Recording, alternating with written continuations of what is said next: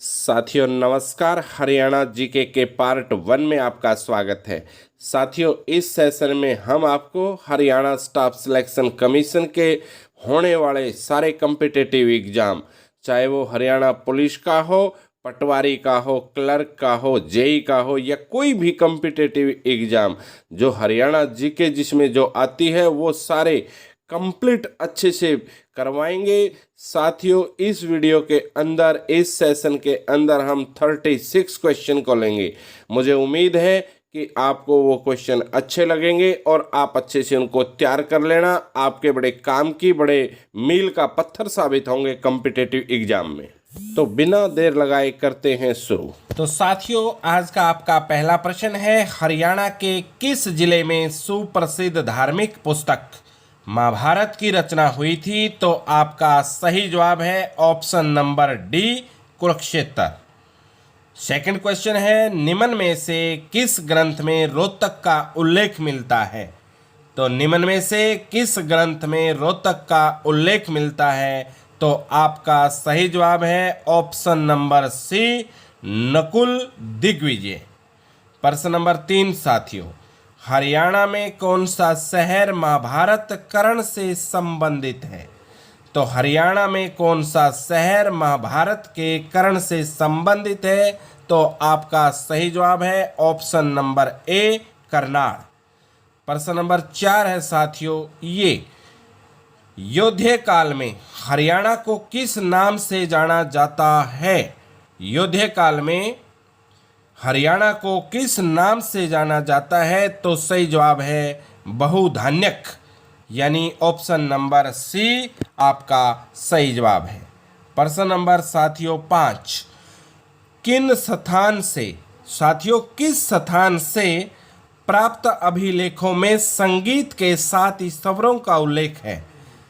किस स्थान से प्राप्त अभिलेखों में संगीत के 7 स्वरों का उल्लेख है? तो आपका सही जवाब है ऑप्शन नंबर बी, अग्रोहा। प्रश्न नंबर 5 का ऑप्शन नंबर बी, अग्रोहा। प्रश्न नंबर 6 है साथियों, ये काले चमकीले चित्रित मृद भांड किस काल की संस्कृति दर्शाते हैं? काले चमकीले चित्रित मृद भांड किस काल की संस्कृति दर्शाते हैं? तो आपका सही जवाब है वैदिक काल, ऑप्शन नंबर ए, प्रश्न नंबर 6 का सही जवाब। तो साथियों प्रश्न नंबर आपका, अब हम लेते हैं प्रश्न नंबर 7। तो प्रश्न नंबर 7 है, निम्नलिखित जिलों में से किसमें हड़प्पा सभ्यता का राखी गढ़ी स्थल खोदा गया? निम्नलिखित जिलों में से किसमें हड़प्पा सभ्यता का राखी गढ़ी स्थल खोदा गया? तो आपका सही जवाब है ऑप्शन नंबर ए, हिसार। ऑप्शन नंबर ए, हिसार। तो प्रश्न नंबर 8 है साथियों, ये निम्न में से कौन सा हड़प्पा सभ्यता स्थल फतेहाबाद हरियाणा में स्थित है? तो जो नीचे लिखे गए हैं हड़प्पा सभ्यता स्थल, उनमें से कौन सा स्थल फतेहाबाद हरियाणा के अंदर स्थित है? तो आपका सही जवाब है बनवाली, ऑप्शन नंबर ए आपका सही जवाब। प्रश्न नंबर 9 है साथियों, हिसार व अग्रोहा के टीले से उत्खनन में किस प्रकार के सिक्के प्राप्त हुए?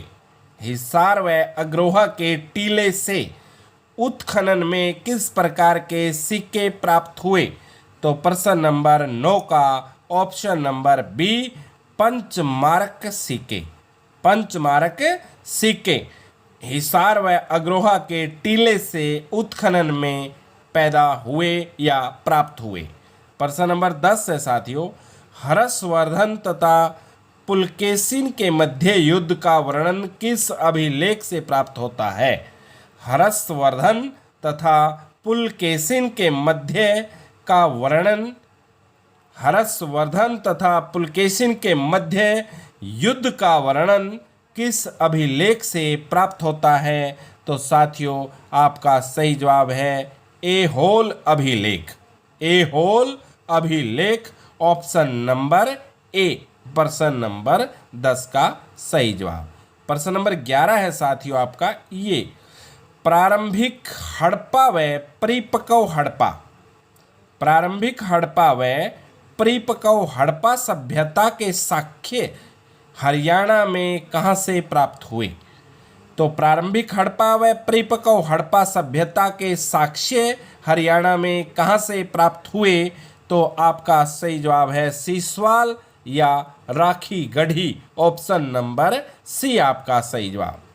प्रश्न नंबर 12 है साथियों ये, कुरु की राजधानी जो वर्तमान में हरियाणा और दिल्ली 16 महाजनपदों में से एक था। कुरु की जो राजधानी थी 16 महाजनपदों में से एक था। तो साथियों आपका सही जवाब है इंद्रप्रस्थ, जो कि अभी दिल्ली के अंदर ही है, इंद्रप्रस्थ नाम की जगह। प्रश्न नंबर साथियों 13, प्रश्न नंबर 13 है आपका ये, हरियाणा प्रदेश का कौन सा स्थान अगर गणराज्य की राजधानी था? हरियाणा प्रदेश का कौन सा स्थान अगर गणराज्य की राजधानी था? प्रश्न नंबर 13 का ऑप्शन नंबर डी अग्रोहा आपका सही जवाब है साथियों। प्रश्न नंबर 13 का ऑप्शन नंबर। प्रश्न नंबर 14 है साथियों, महाराज अग्रसेन का संबंध किस नगर से है? महाराज अग्रसेन का संबंध किस नगर से है? तो आपका सही जवाब है Agroha, option number D Agroha आपका सही जवाब। तो साथियों नेक्स्ट क्वेश्चन है आपका, त्राइन की दूसरी लड़ाई में किसकी हार के बाद अग्रोहा का क्षेत्र किसी मुस्लिम शासक के अधीन चला गया? त्राइन की दूसरी लड़ाई में किसकी हार के बाद अग्रोहा का क्षेत्र किसी मुस्लिम शासक के अधीन चला गया? तो साथियों आपका सही जवाब है ऑप्शन नंबर सी पृथ्वीराज तृतीय। त्राइन की दूसरी लड़ाई में किसकी हार के बाद अग्रोहा का क्षेत्र किसी मुस्लिम शासक के अधीन चला गया? तो साथियों वो कौन थे? पृथ्वीराज तृतीय। तो नेक्स्ट क्वेश्चन है आपका ये, शक्तिशाली वर्धंत वंश का उदय हरियाणा में कहाँ पर हुआ था? शक्तिशाली वर्धन वंश का उदय हरियाणा में कहाँ पर हुआ था? तो आपका सही जवाब है थानेसर, या जिसका पुराना नाम स्थानेश्वर है। तो प्रश्न नंबर नेक्स्ट है आपका, रजिया सुल्तान भारत की पहली महिला शासक थी।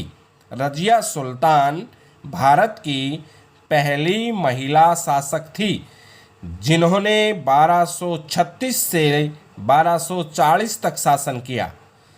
13 नवंबर 1240 को उनकी हत्या कर दी गई, जहां पर उसका गुमंद है। वर्तमान में वह जिला कौन सा है? तो साथियों आपका सही जवाब है Kaithal, option number D. Razia Sultan Bharat की पहली महिला शासक जिन्होंने 1236 से लेकर 1240 तक शासन किया। 13 नवंबर 1240 को उनकी हत्या कर दी गई, जहां पर उनका गुमंद है। वर्तमान में वह जिला कौन सा है? तो साथियों सही जवाब है आपका कैथल, ऑप्शन नंबर डी। प्रश्न नंबर नेक्स्ट आपका साथियों ये, प्रदेश का थानेसर नामक नगर किस प्रसिद्ध राजा की राजधानी था? प्रदेश का थानेसर नामक नगर किस प्रसिद्ध राजा की राजधानी था? तो इसका सही जवाब है ऑप्शन नंबर ए हर्षवर्धन, हर्षवर्धन। तो साथियों नेक्स्ट क्वेश्चन है आपका ये, सुल्तान बलबन ने हरियाणा के शक्तिशाली मेवों की शक्ति को नष्ट करने का प्रयास कब किया था? सुल्तान बलबन ने हरियाणा के शक्तिशाली मेवों की शक्ति को नष्ट करने का प्रयास कब किया था? तो आपका सही जवाब है 1265 ईस्वी, ऑप्शन नंबर बी प्रश्न नंबर 23 का सही जवाब। नेक्स्ट क्वेश्चन है साथियों आपका ये, चीनी यात्री ह्यून सांग द्वारा लिखी पुस्तक में हरियाणा के किस नगर की गरिमा तथा शक्ति की चर्चा की गई है? चीनी यात्री ह्यून सांग द्वारा लिखी पुस्तक में हरियाणा के निमन किस नगर की गरिमा तथा शक्ति की चर्चा की गई है? तो साथियों वो है थानेश्वर, ऑप्शन नंबर ए। प्रश्न नंबर 24, फतेहाबाद नगर किसके नाम पर बसाया गया था? फतेहाबाद नगर किसके नाम पर बसाया गया था? तो साथियों आपका सही जवाब है फतेह खां, फतेह खां, ऑप्शन नंबर ए।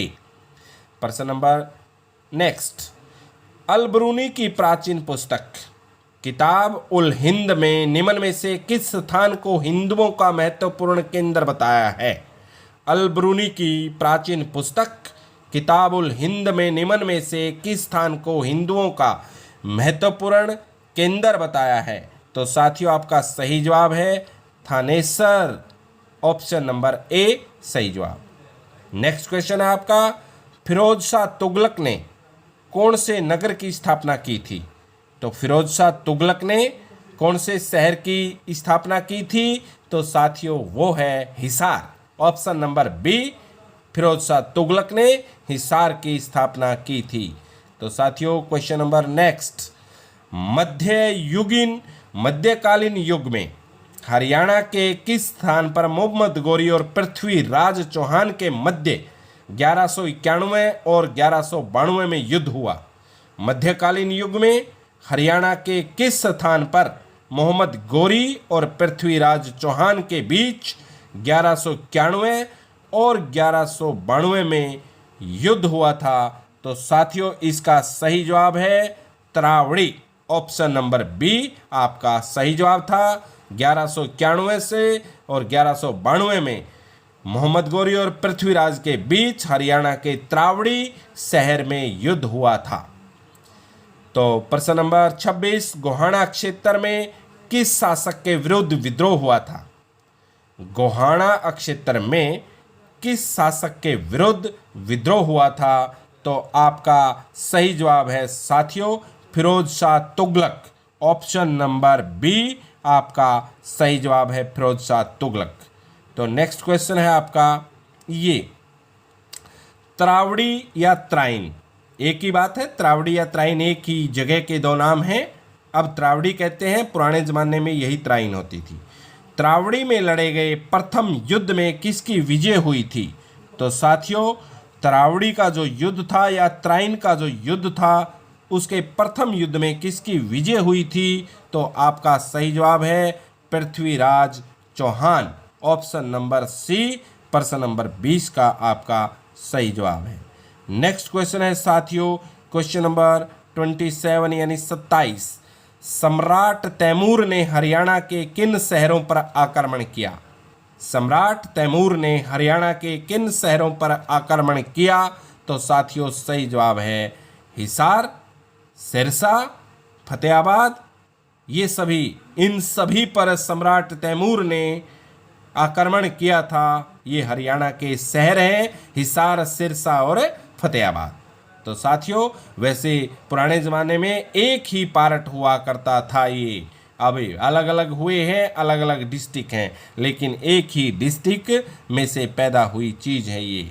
तो प्रश्न नंबर 28, 1526 में हरियाणा में किस स्थान पर बाबर और इब्राहिम लोदी के बीच प्रसिद्ध युद्ध हुआ? 1526 के अंदर साथियों हरियाणा में किस स्थान पर बाबर और इब्राहिम लोदी के बीच प्रसिद्ध युद्ध हुआ था? हम भली प्रकार से जानते हैं पानीपत की लड़ाई हुई थी 1526 के अंदर, और साथियों इब्राहिम लोदी और बाबर के बीच हुई थी।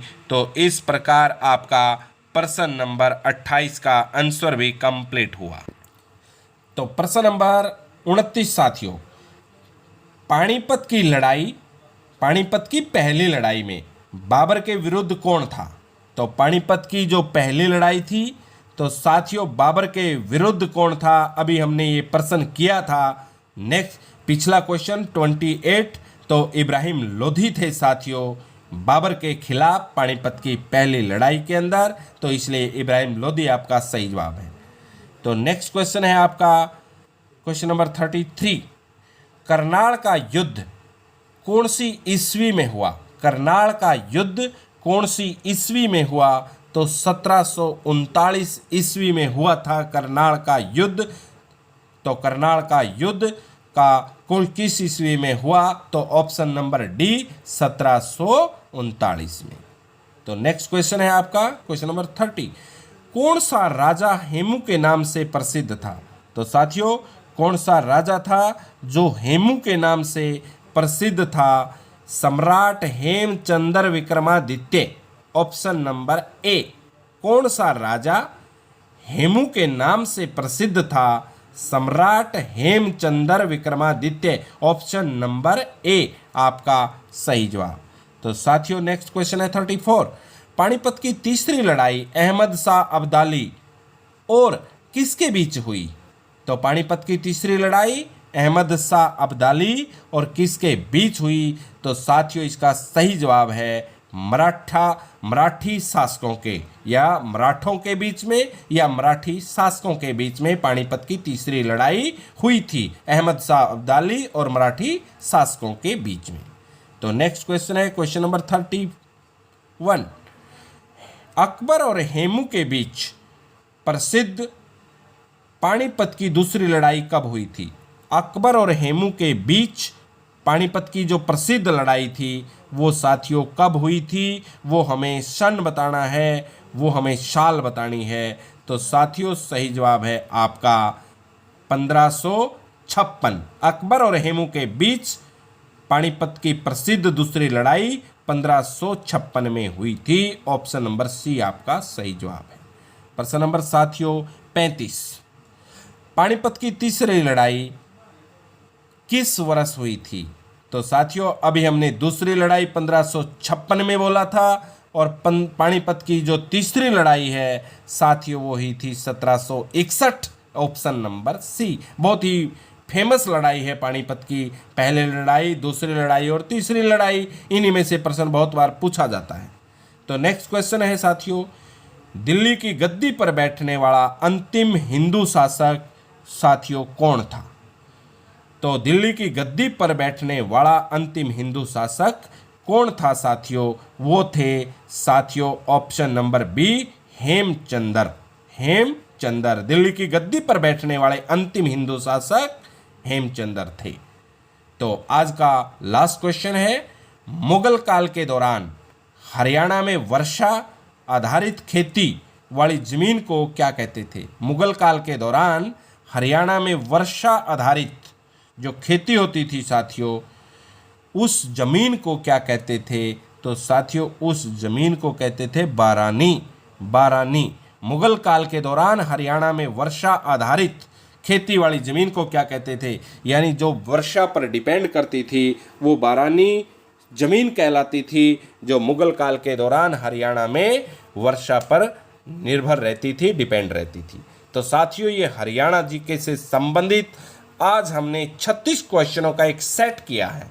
साथियों, यदि आपको ये प्रश्न उत्तर अच्छे लगे, आपकी समझ में आए, तो इस वीडियो को प्यार और समर्थन देना। हम डेली आपके लिए हरियाणा जीके से संबंधित एक वीडियो इसी प्रकार लेकर आते रहेंगे, और आपकी जो जीके की है, हरियाणा जीके की तैयारी में 4 चांद लगा देंगे। चाहे वो किसी भी परीक्षा का प्रश्न पत्र हो हरियाणा से संबंधित, हरियाणा स्टाफ सिलेक्शन से संबंधित, जिसमें हरियाणा जीके आती हो, तो साथियों ये आपके लिए मील का पत्थर साबित होंगे। ये वो प्रश्न हैं, ये वो चुनिंदा प्रश्न हैं जो पिछली सालों में अलग अलग नौकरियों में, चाहे वो कंडक्टर की नौकरी हो, क्लर्क की नौकरी हो, स्टेशन सुपरवाइजर की नौकरी हो, फार्मासिस्ट की नौकरी हो, साथियों चाहे कोई जेई की नौकरी हो, यानी अलग अलग नौकरियों के अंदर ये क्वेश्चन आए हुए हैं। तो इसलिए ये क्वेश्चन आपके लिए मील का पत्थर साबित होंगे, आपके कंपटीशन में 4 चांद लगाएंगे। आज की इस अपडेट में साथियों इतना ही। अगर अभी तक आपने चैनल सब्सक्राइब नहीं किया है तो चैनल को सब्सक्राइब कर लेना और वीडियो को ज़्यादा से ज़्यादा शेयर करना। तो नमस्कार, वंदे मातरम, राम राम।